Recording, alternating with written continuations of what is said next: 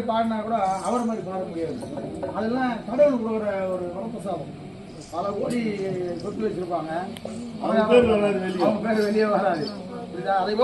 அவர் சிசிங் தான் இவரு, அவர் கொடுத்த பாடம் தான் இவருக்கு. அவர் சொல்லுவார், நீரைந்தே